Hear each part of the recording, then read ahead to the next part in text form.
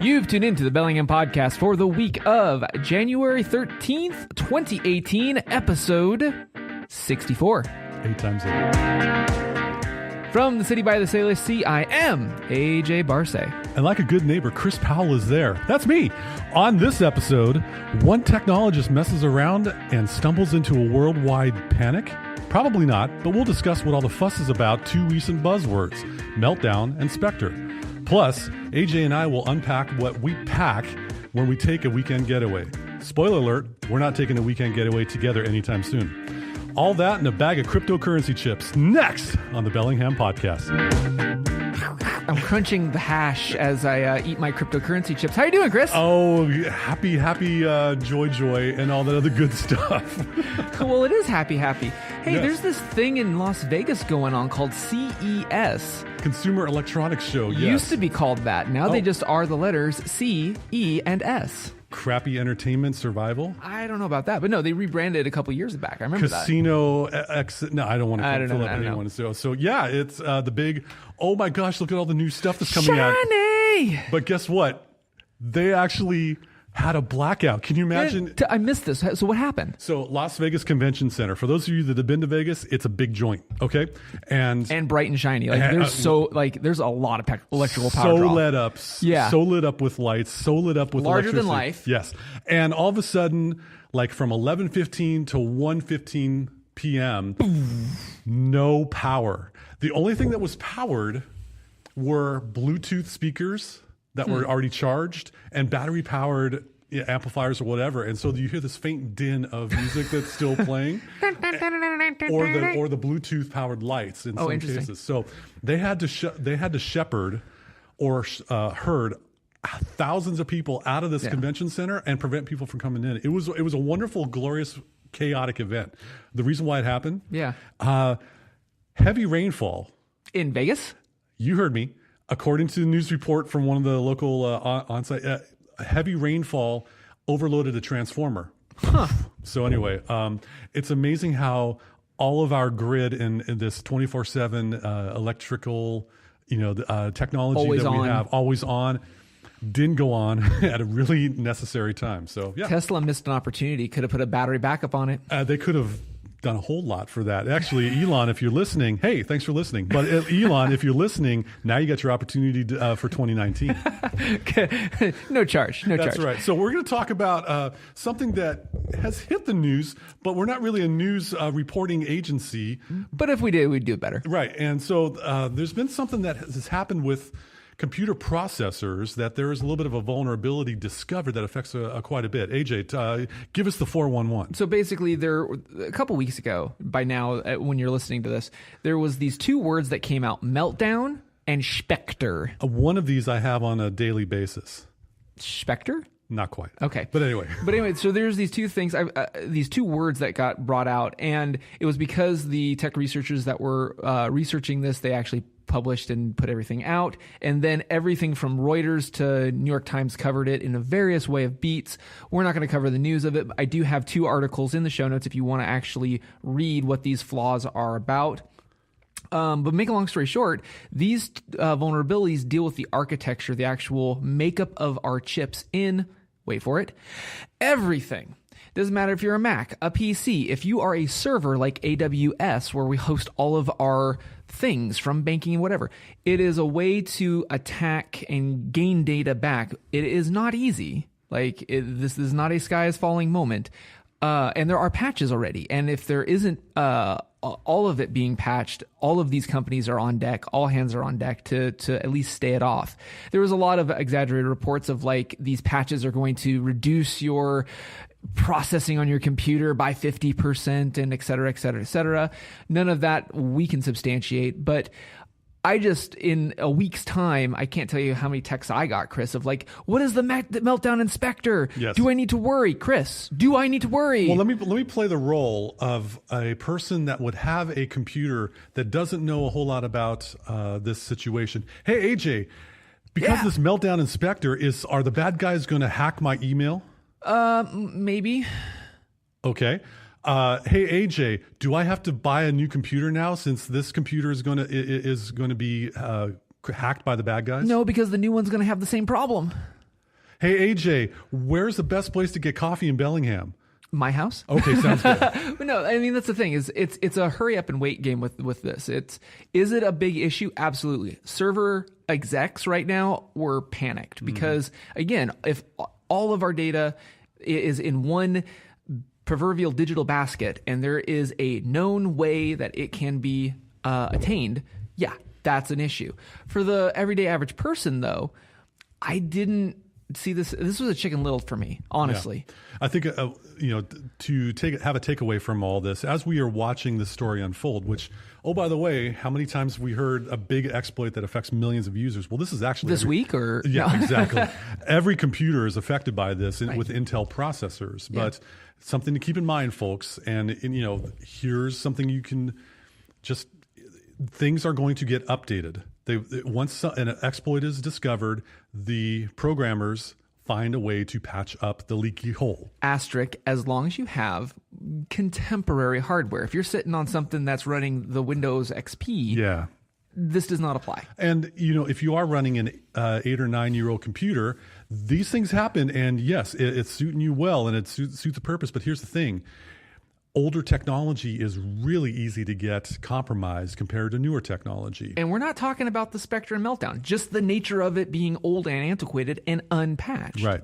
In addition to having somewhat newer hardware, you just also want to keep in mind, have all of your software updates up to date.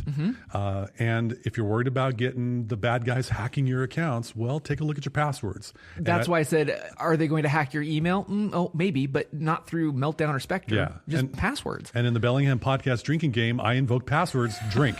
And so double check and make sure you have strong passwords. But otherwise, make sure that you're checking updates as time goes on, because this will get fixed because there's way too many computers hanging in the balance. Right. And again, you don't have to run out and grab a new machine or your phone or whatever. Just make sure you have your updates. And again, the sky is not falling. The next series of chips that were already in the works, from what I have read and understand, this is a non-issue. Well put. Now, speaking of very intelligent people that know a lot about technology. Yes. You had a chance to do an interview. Yes. I get a realtor last week. Hi, Katie. I got Nicholas Hill. He is a student at Western Washington University. He's a computer science major. And he is probably, well, one, he is the goods. Hey, Nick. Hi, Nick. But also, he's a listener of the show. Hi, Nick. He is probably one of the, if not the smartest person I know around this whole cryptocurrency bug. And the reason why I say that is he has been in it since, I think, 2012, 2013. Now think about it. Almost a half decade. Well, here's the other thing that I find interesting. Remember, I said he's a college student. He's in his 20s. Yep. And he's been in it and has a wide portfolio. I'm using his words here. A wide portfolio of different currencies. Bitcoin, Ethereum, all of these words that you and I read up on and nerd out upon. But lately, you and I, over the dinner table, we get texts and conversation and questions from friends that come and visit us. And literally, it's like, hey, Chris, how's it going? So, do you know about the cryptocurrency? We do get asked about this a lot, but oftentimes there are those who know more than us. Right. And it's interesting when you listen to his story, because he had early days, just a little bit after me, where he had a couple of Bitcoins, when it was soaring at $7 a coin. That's a whole lot of money right now. Right. So what happened to that money? Let's go to the tape. You'll find out. So on the show today, I have somebody who I would say is probably more knowledgeable in cryptocurrency than I. Nick, welcome to the show. Oh, thank you so much for having me. Nick, how long have you been into cryptocurrency?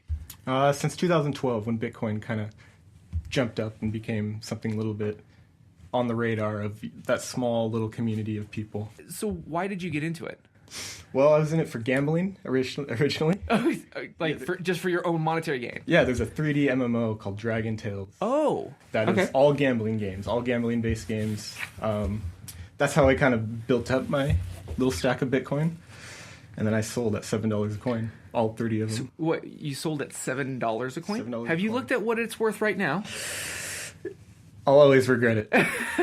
Okay, well, yeah, I mean, I've said on the show before, like, I was a grad student, I was dinking around with this thing. Sure. And what interested me more than the currency side, because, like you said, it was like $7 a coin, and whatever. You know, there was also Dogecoin back then. I invested in Dogecoin. Yeah, same here, right? Litecoin, and we'll get to Ethereum, that came later. Sure. But out of curiosity, like, for most people listening, can you explain, like, the difference between, like, these currencies and the underpinning, which is the blockchain? Yeah.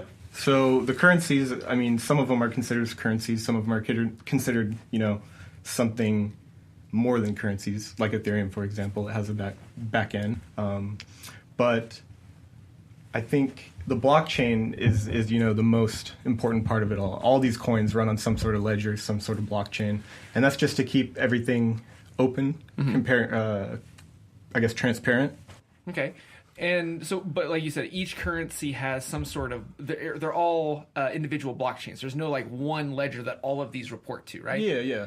So with that said, so what's, in the case of like Bitcoin, why does it have such big market share? Why do people flock to it? Is it just because it's the oldest, or? I would say it being the oldest is probably one of the big reasons it's so popular right now with the, 15K it is this morning. I also think that the original developers of Bitcoin are continuing to work on Bitcoin. We just had that fork a couple months ago to Bitcoin Cash, which is drastically worth lower than the actual. But that supports, for the reason for that is it supports faster transactions because Bitcoin network, the whole blockchain network was just getting clogged with so many transactions. So they had to kind of fork over. Right, and so and that's when we say transactions, that's the reconciling using the hash, right? Yes, exactly. So each time you make a transaction, your transaction has a unique hash, goes to the blockchain, and then miners, or depending on proof of stake, if it's proof of stake, which Ethereum will eventually go into. Basically, it just keeps a record.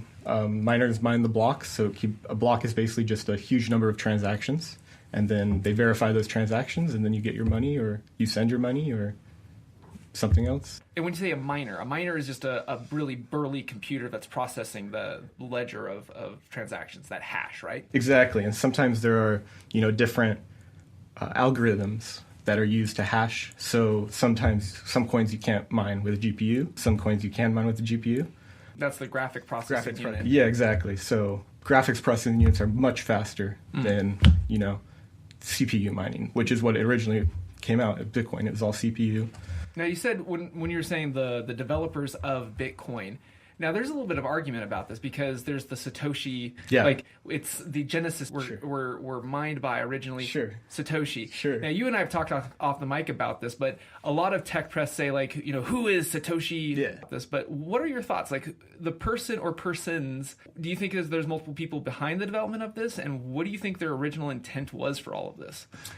Well, I know there's just Satoshi, and that's kind of the big name that comes out when you think Bitcoin, but I definitely believe that there's a lot more people working on this massive project. I mean, from 2012, 2011 on to now, there's no way they could have, a single person, you know, some team, some, you know, volunteers or something. What do you think their intent was? I mean, they created this ledger, and they created the hash and all the algorithms and stuff about it. And then, of course, they're the original miners, so those original tokens are worth gobs. Yeah.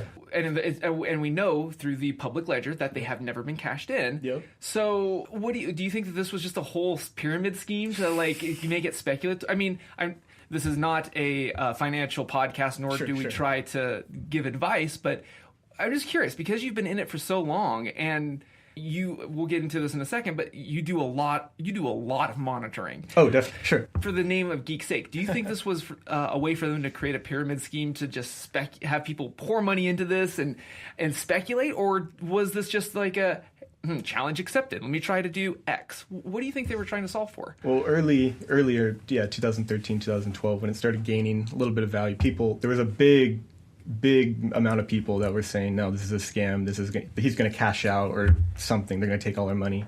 And that happened a couple times with exchanges. Mt. Gox, we talked about that a couple episodes ago. Exactly. I think it was mostly to create the decentralized currency. I think that's what they had in mind. You mentioned the exchanges. I always put those in air quotes because this is not like stock. It is not like part of a company. They are not part of the FTC or any of the regulatory agencies of any government. Exactly. With all of those et ceteras, Coinbase really kind of put a lot of the normal person, the everyday Joe on the street, Definitely. which is also backed by the brothers who kind of got gypped out of Facebook. Oh, the Winklevoss twins. The Winklevoss twins, yeah. As a tech, Mm-hmm. and Chris and I get this question a lot over dinner when we go visit people. It's just like, oh, tell me everything I need to know about this cryptocurrency. I need to make millions.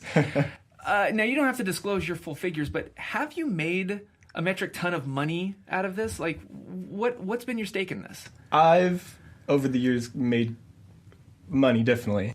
Right now, the Ethereum I'm holding for as long as possible because I know it's going to go up. So getting into that, Bitcoin and all these other ones that we were talking about, those were the precursor tokens. Yeah, for sure. And then, I don't remember what year it was, Ethereum comes out. 2014. Why is Ethereum like the buzzword? For geeks, not for the mainstream. Mainstream's always Bitcoin, geeks. But for geeks, we always talk about Ethereum.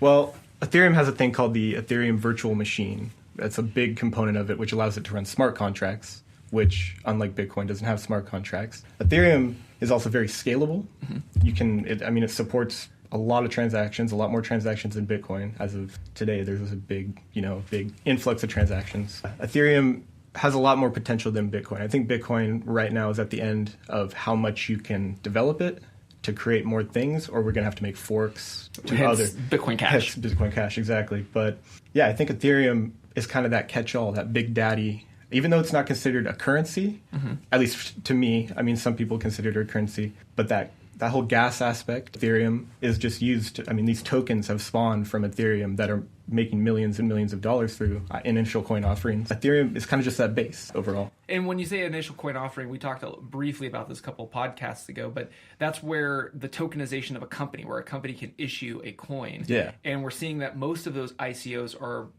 if I understand it right, are using Ethereum's contract system to make that method happen. Exactly, yeah. They're using the ERC tokens, 20 tokens that basically anyone can create a token as simple as a couple clicks on a button and you can create your own token. It just depends on if people want it. Right, and that's where the speculation comes in, because once those tokens are cut and you issue them, then people can hang on to them, and then kind of like antiques, right? Yeah. Something that you buy back in 1950 that from the Sears catalog, you don't know that in 2050 it's going to be worth $1 million when you go to the Antiques Roadshow. No, for That's sure. kind of what happens with these things. We kind of cut something out of an everyday thing, ones and zeros. Yeah. And then a company or some sort of a group allows other companies to kind of say, hey, yeah, I want to issue something against that. Yeah. And then people are the ones that are speculating and putting the value on this. With all of that speculation, we also have the other ringer that got thrown in a couple weeks, or it might have been last year, actually, end of last year, Ripple. Yeah. What can you tell me about Ripple? Ripple, I believe, is one of those coins that, kind of like Litecoin, people underestimate it. And then one day it's going to be, $50, $60, and people are just going to be missing out. Ripple is with that contract with Discover. Ripple was like 20 cents. Yeah. And at the time of this recording, it's now $2 and change. Yeah. And so, if you throw in $50, all of a sudden, in a matter of, I'll say a month, Sure. that $50 turned into $500. Oh, no doubt. Now, here's the thing. Definitely a possibility. So here's my $500 question to you. All right. All of these people that are throwing in and saying, hey, I want to gamble on this. I want to try this out. There's also major losses that can come with this. Sure. How often do you cash out, and are you more net positive or net negative when you do all of this? For my current holdings, I haven't cashed out. I'm definitely a big holder, as they would say on the internet. Hodler? Hodler, Hodl. Okay, I got a new word. Little meme that originated and people use that. Overall, I'm definitely net positive. To be completely honest, I'm a college student. I've never had this much money in my life. But it's fictitious money. You have it in a wallet. Like, you've never cashed. Like, you can't show me, like, here, AJ, here's a wad of $600 because I think you're cool. Like, you're not a college student rocking a wad of Benjamins, are you? No, definitely not. I have any cash on me right now. So what do you do with your holdings? Do you actually spend in Bitcoin or Ethereum, or are you just kind of a hodler, like you said? Are you ever going to cash out? With my Ethereum, which is my big stack, I definitely use a little bit of that to buy tokens, to buy little investments into other coins. So you're using your hodling currency Sure. to buy other currencies, not United States dollars. Not United States dollars. Sometimes if I need a little bit of money, I have cashed out once, $6 just to pay off credit card bill. But going back to my $500 question, when will you cash everything out? there's no telling. Honestly, Are you a hodler for life? I'm a hodler for at least probably 3 more years. 3 more years. At 36 months. At least with my Ethereum, I'm definitely a hodler because that's my biggest portion of my portfolio. I believe that has the most potential because all those tokens coming out, a lot of them are running on EVM, which obviously increases the price. But it's not one-to-one, you know. Sometimes you'll get tokens that go down compared to Ethereum skyrocketing, you know. What happens, I'm just taking your 3 years, 36 months. What if at 34 months the market bottoms out? We get a fiscal cliff, as it were. Sure. And all of these things just go up in smoke. I mean, at the time of this recording, South Korea is considering a full nationwide ban of... Definitely. What if the United States or any of these major first world economies say we're blacklisting it, we have all the methods to be able to do it so that it can't work? What do you do? I don't think that's possible. I think that because of how decentralized it is and how... I'm sure they have programs that can trace Bitcoin and Ethereum transactions from wallets, definitely. The software that can do that automatically. Other than that, if you're doing it by hand, it's extremely hard to trace any kind of transaction on a blockchain just because of a lot of them going down. And you got to do click, click, click, find all the different addresses. But that's if they were, auditing, like they said. I believe they said that they want to introduce tax on cryptocurrency. They being? Government, United States government. I don't think it'll ever die. I think there will be definitely some dips every once in a while, maybe due to fiat markets. But other than that, no, I think it's going to stay alive. So my last question, to flip all of this on its head. All right. So a lot of tech shows and a lot of tech press and even Main Street press always talk about cryptocurrencies. What if it goes under? Here on the Bellingham podcast, we like to do a little bit thought exercise. What if other currencies lose out to this? Let's say the United States dollar gets converted into a federally made blockchain currency. Then we've all lost. Why do you say that? We got to keep the government away from regulating these currencies. I just believe that because they're not... once you go into fiat, of course, they can take all the taxes they want because that's what it is. But with cryptocurrency, it's not considered a currency in my mind. It's considered... Well, it's not considered a currency in any country's mind. It's considered a tool to build these applications called dApps, the decentralized applications. And there's a lot of them going up right now. And I saw one yesterday that you can put Ethereum in and buy a house through escrow. They handle everything. You just send them Ethereum and it's handled by a smart contract. And I did read about this. So basically, as a homeowner, that's appealing to me because you're right. Going to the bank, doing a metric ton of paperwork that you can't electronically sign. Yeah.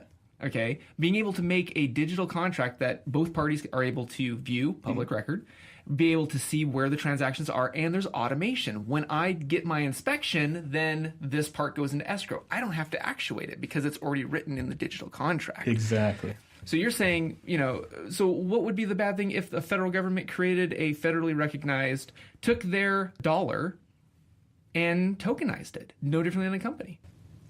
It's hard to say because I know. I guarantee there's going to be obviously the big anti side of regulation by the government. Right. But I also know that sometimes it might work. Have you heard in Venezuela, they created a coin called Petrocoin because currently their currency is not worth its value, but it's worth its weight. So when you purchase things, you're purchasing with like a large stack of money because it's so worthless. But this Petrocoin, they're going to attach it to 1 barrel of oil. Oh, interesting. Yeah. So, we can see it spreading around the world, and I think Venezuela is a really good one to watch just to see how it would interact. Okay. Thank you for being on the show. Yeah, thank you so much for having me. I just love learning stuff like that. Great interview. Thanks. And Nick, you are the goods. So when I flipped it on its head, because one of the things I wanted to talk about on the show was the concept of all of this is decentralized. None of it is federally recognized around the world, federal as in your own country. What if our country decided, you know what, we're going to tokenize our dollar? And Nick's response I thought was just incredible. He's just like, we all lose. As someone who has been in it and is a hoarder of all of these coins, you know, it's just interesting to see. He has all of this money. He didn't disclose all of this money, but yet he's only cashed out once and it was pay a bill. Yeah. And I think that's where a lot of everybody's at. Oh, I want to have all of this thing that I don't know about, and I'm going to hold on to it like Smaug from The Lord of the Rings, and eventually it will be gold. What are you doing, Chris? You cashed out. I did. It was a educational experiment in learning more about this new for me topic, and it turned out to have an evil side inside of me. Yeah, and he mentioned that he monitors all of those currencies 24/7. His words. Yep. And you told me off the mic, and maybe even on the show, that you felt you were double checking your phone to the point where your phone was at 1% by noon. This was what the kids call, or not the kids, but anyway, this is what I call an attention suck. Yeah. And it happened when I was when I had a Facebook account and was looking for all those likes and refreshing my app, and the same thing happened as I'm checking the skyrocketing price. I'm like, wait a minute, something's not right here. This is not how I normally act. But anyway, thanks again, Nick, for being on the show and for helping educate not only us but our listeners. So, next topic. So, Chris. Yes. So one of the things we were talking about as we were, going on the show, I got an anniversary with my wife. Woo! Yes. Happy anniversary! Thank you very much. And we're headed out of town in the near future, and so to parts unknown. To parts unknown, we're leaving the country, so that ought to narrow it down. So anyway, the question is, what do I take with me on a weekend getaway with your loved one? Yeah, you and I talked about this because last year we had done like where can you go for a extended holiday, and I realized we never talked about what do we grab. So as I'm preparing to, head out into parts unknown, I'm taking very little technology with me by design because the main focus of this trip is to focus on my wife. However, I am taking the mobile phone with me, but as we are going to a border crossing, I am purposely disabling TouchID, and I'm uninstalling all of the apps that may be cloud-based. I'm only bringing the bare essentials for my phone, just because should something happen, and here's my tinfoil hat, boys and girls, I don't want to have those eyes in the sky or those with additional superpowers with technology to see what I have on my phone. So that's one thing that I'm traveling light with. And also, I find that by disabling TouchID, having to enter the 6-digit PIN code on my phone makes me want to access my phone less.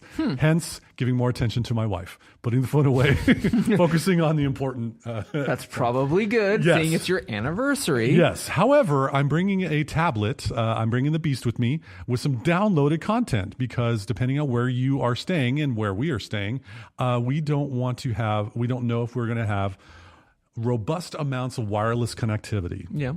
And fast throughput because we like adventures, and we're going to try to find a place that is not the road less the lodging less traveled. And so have preloaded content on your device. That way, in case you're in airplane mode or you don't have an international plan, you have something available to you. Should you want to watch some entertainment.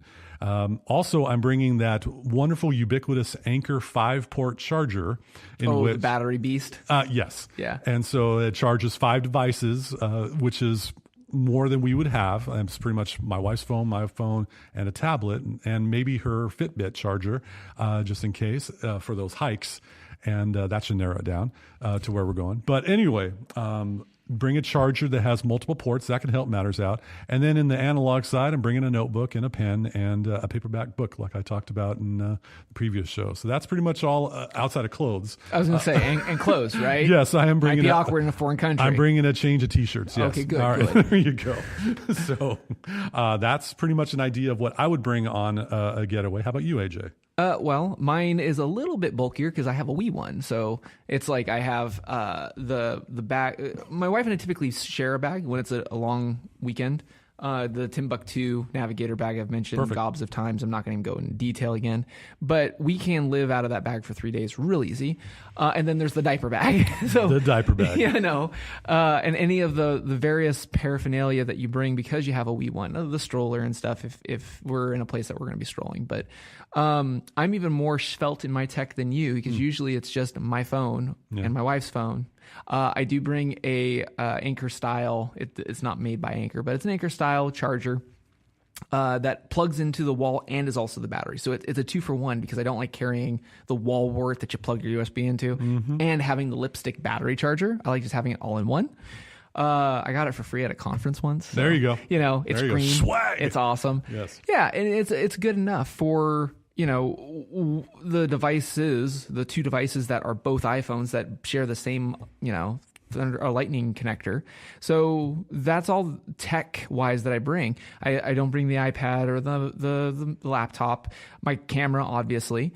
On a light weekend, I'll bring, as a pro photographer, I will bring my body, the camera body, and maybe 2 or maybe 3 lenses. Sure. That's it. Absolutely. So I bring my small bag. You need the Telly, the Strat, and the Les Paul to cover all your bases. And crank it up in the Marshall, baby. That's right. So yeah, that's all I bring is, and my watch, of course.